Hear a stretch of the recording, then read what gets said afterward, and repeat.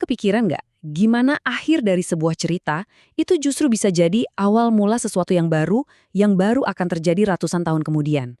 Hari ini, yuk kita lihat sama-sama bagian paling akhir dari kitab Kejadian.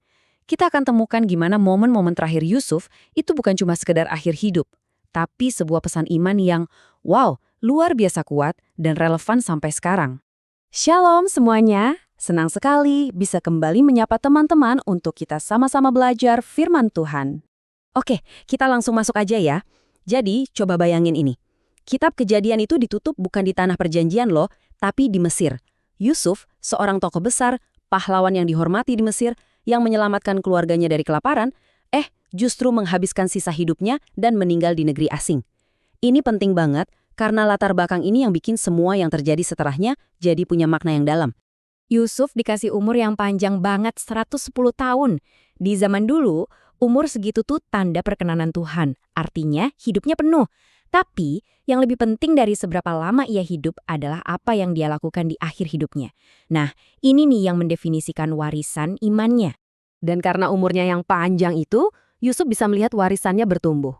Dia sampai bisa lihat keturunan dari anaknya, Efraim, sampai generasi ketiga. Bahkan, dia sempat menggendong anak-anak dari Mahir, cucunya dari Manasye. Ini jadi bukti nyata, janji Tuhan soal keturunan yang banyak itu benar-benar terjadi, bahkan saat mereka tinggal di negeri asing. Nah, disinilah ceritanya jadi makin menarik. Fokusnya bergeser dari cerita hidup Yusuf menjadi sebuah wasiat yang sifatnya kenabian. Di saat-saat terakhirnya, Yusuf tuh nggak lagi mikirin pencapaiannya atau kemegahan Mesir yang dia nikmati. Nggak, fokusnya itu tertuju pada sesuatu yang jauh lebih besar, yaitu janji Tuhan yang kekal. Coba deh kita dengerin baik-baik keyakinan dalam kata-katanya.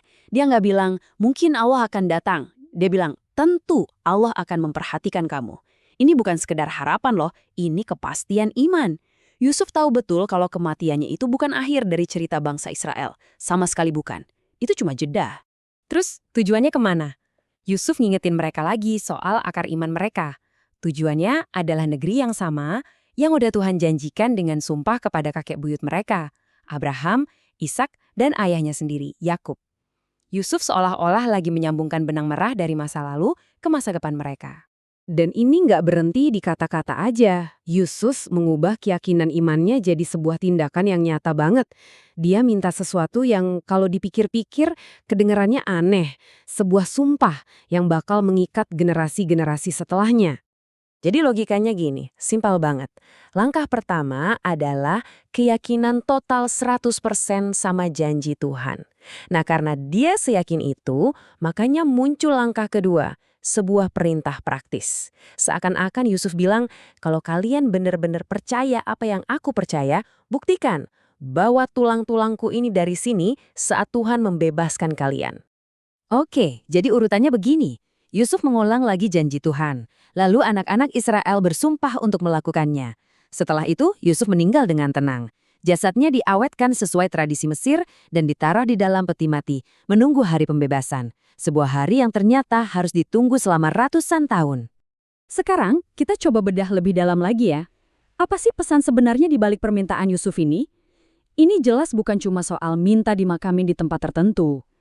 Ini tuh kayak sebuah khutbah tanpa kata-kata yang pesannya akan terus bergema selama ratusan tahun masa perbudakan yang akan mereka alami. Coba deh kita berhenti sejenak dan mikir, kenapa harus tulang belulang?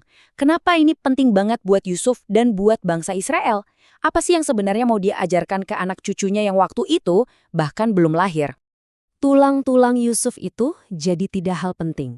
Pertama, jadi semacam jangkar pengharapan, pengingat fisik kalau mereka punya masa depan di tempat lain. Kedua, ini jadi deklarasi identitas. Peti mati Yusuf di tengah Mesir itu seakan-akan teriak, "Hei, kami bukan orang Mesir, rumah kami bukan di sini."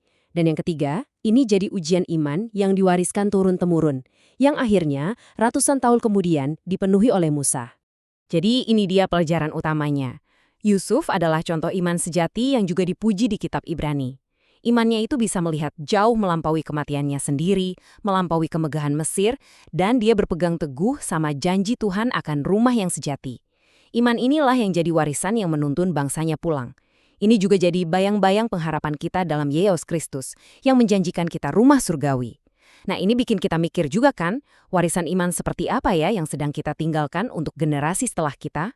Nah, kalau teman-teman merasa diberkati lewat penjelasan ini, jangan lupa untuk ikuti, komen, dan bagikan ya, supaya semakin banyak orang yang ikut diberkati. Dan pastikan teman-teman terus mengikuti video-video dari SPJ_Alkitab. Tuhan Yesus memberkati.